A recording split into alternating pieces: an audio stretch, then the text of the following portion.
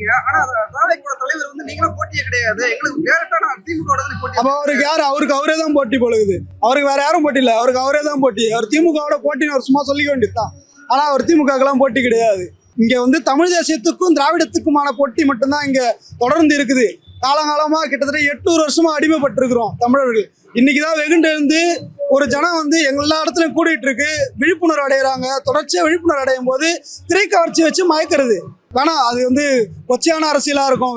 வேற ஒரு நடிகையோடையோ இல்ல வேற ஒருத்தரோட தொடர்பு படுத்தி பேசக்கூடாது. ஆனா யாரு இப்போ ஒரு சாதாரண ஒரு ரிஷா வந்து கூட்டினா கூட தான் இங்க கூட்டம் கூடும். கூட்டத்தை வச்சு நீங்க முடிவு பண்ணக்கூடாது.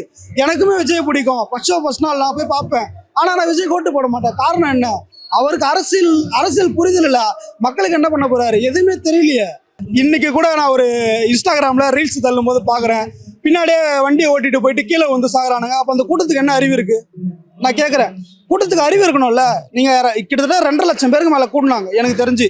அந்த 2.5 லட்சம் பேரும் வந்து கட்டுக்கோப்பாக ஒழுக்கமாக அங்கே உட்காந்துட்டு இருக்கான். யாருமே வந்து பார்த்தீங்கன்னா சீமானனை பின்னாடி போகும்போது பின்னாடியே ஓடலை. கொள்கை அவர் எங்கே பேசுகிறாரோ எண்ணத்துக்கு கை தட்டணும் பார்த்து எல்லாத்தையுமே பண்ணிட்டு இருக்காங்க.